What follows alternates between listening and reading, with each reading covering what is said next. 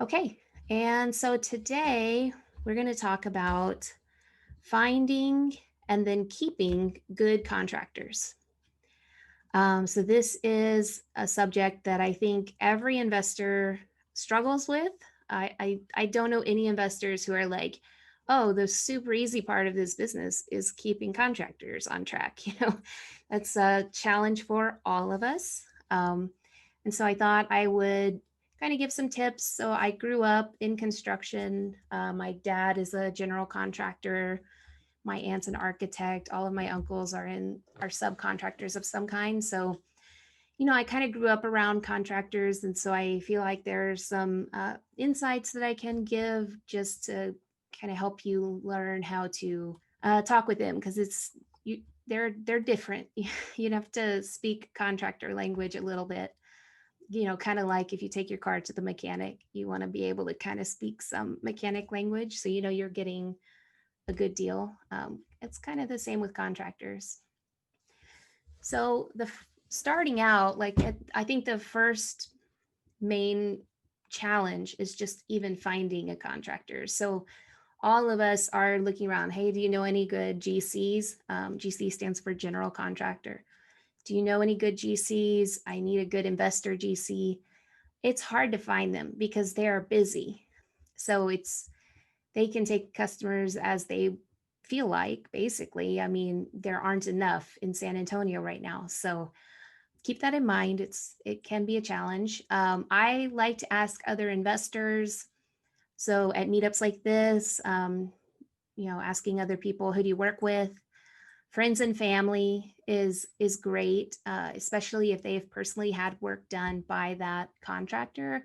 You just know, like, okay, it's just an extra safety mechanism. Like okay, well, they did the work, they can do the work, it was acceptable, and so on. My favorite way to get contractors is asking other contractors. So, for example, I was working on a renovation and I had the plumber in, and I asked him, "Do you have a tile guy?"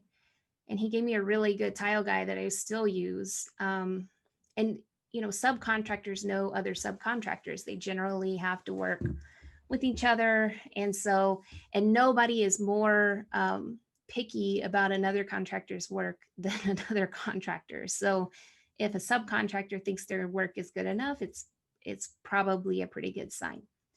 Then again, you can ask on social media, and you can ask real estate agents, inspectors, property managers, people who are just in this business, kind of end up knowing contractors. And of course, inspectors would be great if you know an inspector, because they would presumably have a very good contractor. So the next step, once you find a contractor, and you should interview multiple contractors, you should get multiple bids.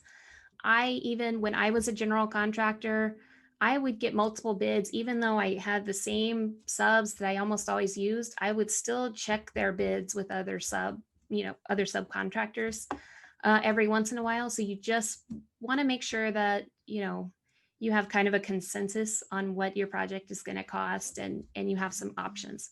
So you're going to end up interviewing contractors.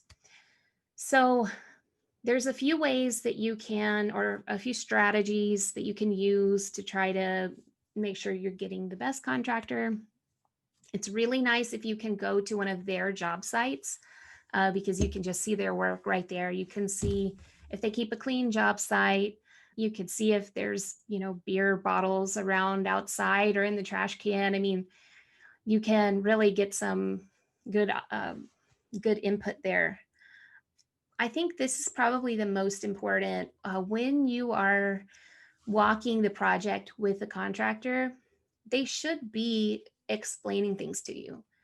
And so I'll give you an example. I'm helping a couple of out-of-state investors kind of manage a bid. Contractors are bidding for their property. And, I met one guy out there and he just didn't really talk much. I was like, hey, we need this and this. And he just looked around like, okay. And I was like, do you have anything to say? What do you think about this? Do you see anything? He had very little to say. And I told him like I wouldn't use that contractor because he didn't say there are obvious problems with the property, and he didn't point out like I think that you can see the outside from the inside down here. That's probably not a good sign. He didn't bring any of that up. So you want them to be explaining, okay, this is why this has to be fixed, or this is how we're going to fix this. Um, Obviously not to the nth degree, but just so that they demonstrate some of their knowledge. And then here's a few kind of dumb things, but uh, if they don't drive a truck, they're probably not a contractor. That's like very judgmental, and I know I shouldn't judge people by what they drive, but like if they drive a tiny car, they're not hauling materials around. You know what I mean? Like they're not hauling tools around, and they're probably not a contractor. Even general contractors who don't do a lot of physical labor themselves still generally drive a truck because they're doing other things, that need hauling materials. So a truck or a van is okay. A little car, I'm gonna think that that's a pretty big red flag. And I've seen a couple of those with a couple of investors over the last few weeks. Just some guy show up in a little tiny car and like, and then not really know what they're talking about. So it's just a big indication. Another one that to me matters a lot is if they don't bring a tape measure. So if you're going to walk a job and bid on a job and you're a contractor, you bring a tape measure with you. Like that's pretty, bidding 101. You need to know how big things are. And when you're a contractor, you generally just have one on your belt all the time, so if somebody doesn't have that, I mean, if they leave it in the car and say like, oh, okay, I need to go get my tape measure, whatever. But like, if they don't have a tape measure, that's a really big red flag to me. Um, Kind of on that same note, like they should be taking notes and photos. Like, so they should be looking at all of the different things that need to be done, taking notes. It can be I mean, most contractors are doing it on a piece of paper, could be on their phone, could be on an iPad, could be just taking a bunch of pictures, but something to where they know what they're going to be looking at later when they're working on the bid. If they don't do that, then they're just giving you kind of a general bid, and it's probably going to be not include everything it needs to include. And then the last thing is you want to pick a contractor who's like really looking at the building.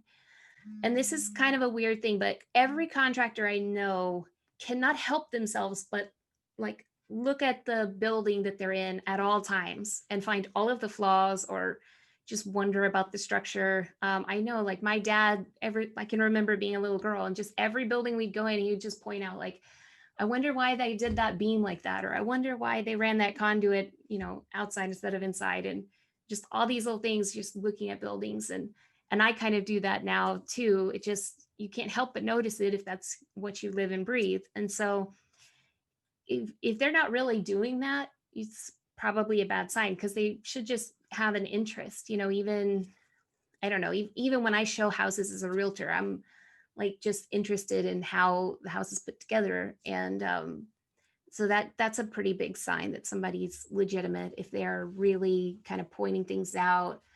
So that's a red flag to look for if they're not really, don't really seem to care that much about that building, if that makes sense. So I thought we'd compare good and bad here. And this is mostly on the bid or proposal that they submit. So a good contractor is going to have usually a multi-page, itemized, very specific bid. Maybe for a smaller job, it could possibly be one page. I've even had contractors that on a small job text me, but it's this long text and it's extremely detailed. You want them to be specifying exactly what they're doing for the money that you're paying them. If you just get a single page and it's just like a number, that's a really bad sign, because you can't say, hey, you promised to do XYZ, because it just says a number like this project's going to cost you this much. And like I've learned this before.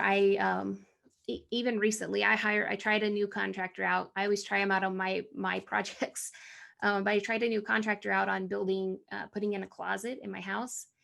And he comes in, he's like, "Oh yeah, I'm going to do this closet. It's going to be this much," and then did not include the clothing rods and shelves in the closet or texturing and painting. You know what I mean? And I was like, that's kind of part of it. Like, so that's my stupidity. I should have gotten exactly um, detailed instructions on what he was going to do. So you want to make sure you know exactly what you're paying for. They should also, unless it's a really small job, if it's, a $3,000 job or less, there's no draw schedule. You just pay when it's done. But there should be a draw schedule up front, and it should be really clear to both you and the contractor when things are paid and what has to happen and who's, the method. Are we using a check? Are we using Zelle? You need to talk about those things up front, because if there's not, then you're good. They're going to be having done some work and then say on Friday, like 5 o'clock, like, you need to pay me this much, then you'll just get into all kinds of trouble. So make sure the draw schedule is really clear from the beginning. Another one is a realistic timeline. So you should have, they should give you sort of a schedule.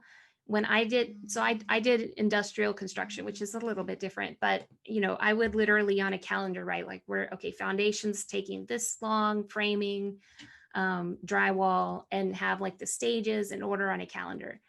Probably not going to get that from a residential contractor, but they should have a realistic timeline. So we're going to do this foundation's going to take this long, then inspections might take this long, etc. If they just say like, yeah, I can do it in 3 weeks, and it's like a whole gut job, that's probably a bad sign. So make sure that they give you a timeline and that they kind of provide evidence for why the timeline is what it is.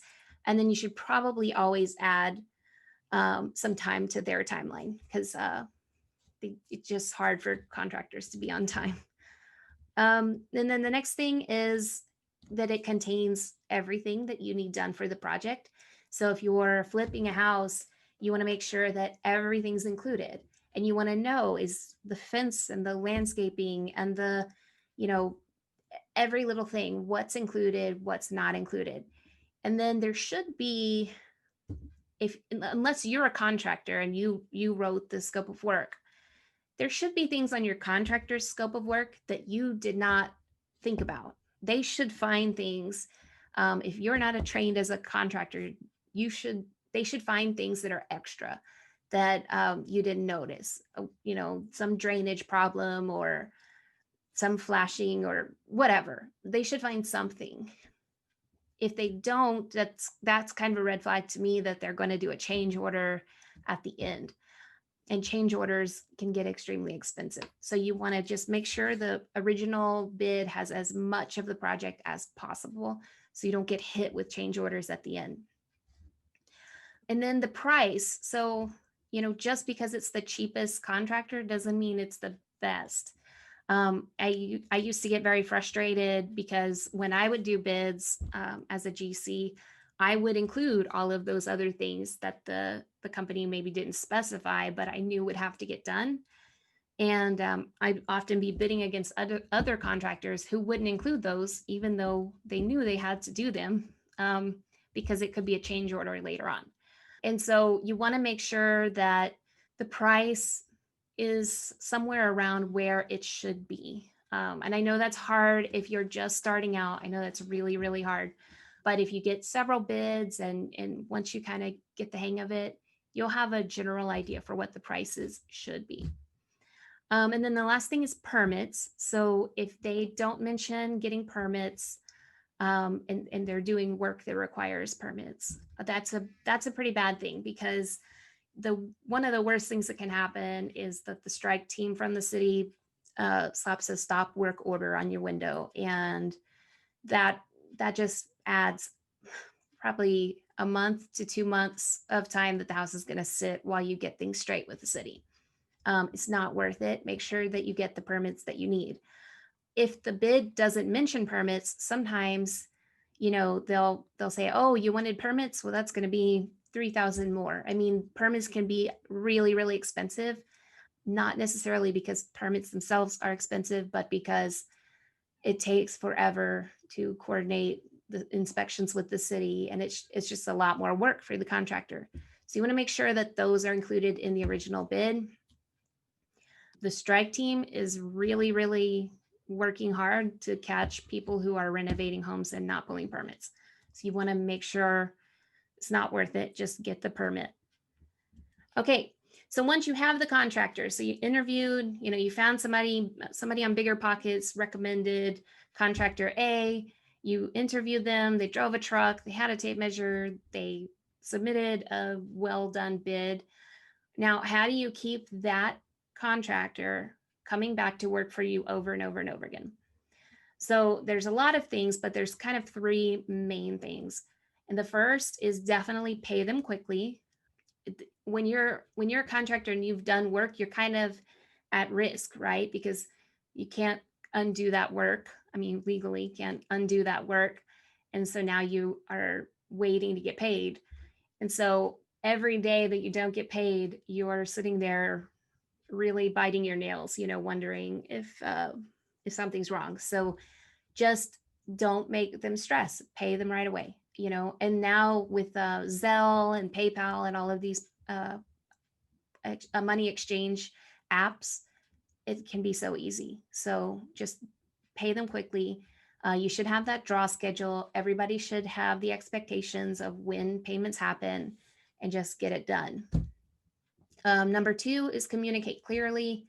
I mean, this is pretty much everything in life, but contractors want to do a good job. Everybody wants to make their customer happy. Like that's, nobody wants to do a bad job. Nobody wants to get in fights, but if you don't communicate very clearly what you want, then that can be a problem. And also making sure that the contractor communicates clearly.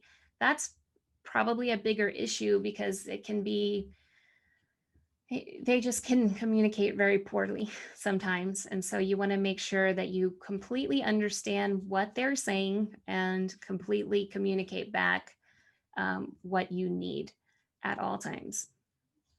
And then number three is building the relationship. So, like everything in life, it's a relationship. People do business with people they like, and you want the contractor to like you so that they will continue to do business with you, right? Once you find a good one. One thing I noticed is, and again, from growing up around contractors, a lot of contractors are not really very motivated by money, but they're motivated by just enjoying working with their hands and enjoying, putting in a hard day and having something to show for it at the end. Like I certainly know that's how my dad is and everybody in my family. And I feel the same way when I do a project. And so one thing that can really go a really long way is complimenting their work, and not just, oh, great job, looks great. That's really not a compliment. Try to pick something in particular, like you did a really good job trimming out that weird cabinet, or, you did a really good job running that conduit in a way that hides it and it looks nicer. Try to find something that shows that you're really appreciating their work. And if they do something, like I've had contractors, they kind of drop everything and do something for me on a weekend because it was last minute. Definitely, maybe even send a gift, be very nice, like be very thankful, appreciative, and then just be likable, be easy to work with. And the contractor, I mean, that's if they have a good client that sends them a lot of work, they want to keep working with you too. So just kind of recognize how hard it is to find good contractors. And so when you find one, really appreciate them and take care of them. And then here's the last step, and one of the most important is check on your job site. So contractors, even good ones, even good contractors, they're juggling multiple job sites normally. If they know you're not going to come by for a few weeks, but their other job site, the owner stops by every other day, guess whose job site is getting done faster? It's just human nature that if we know we're going to be held accountable, we're just more likely to do what we're supposed to do. And so make sure you check on your job site regularly. I'd say at least once a week, if not more. Make sure they know you're going to show up. Make sure, don't just kind of secretly go there. I mean, you can secretly show up, but make sure that they know that you're going to be going once a week or so. So you want them to know that you're going to be coming by so that they finish the job faster. If you don't, I mean, here's a stop work order. It's from Chicago, so it's not like a client's or anything. But if you see that on the window, that means the job has halted. You want to know if something like that is happening. Um, it, this is a picture of like people stealing off the job site. You want to know if that's happening, or if the job is just sitting there with nobody working on it. You want to know that those things are happening, because holding costs are going to bite you if your contractor is not working on your house. So that is pretty much, I guess, my advice for working with contractors. It can be very challenging, but once you find a good contractor, that can be really rewarding. And working together and finishing a project well can be just, it makes me feel very good to work together on a project and get it finished and feel proud of it at the end of the day.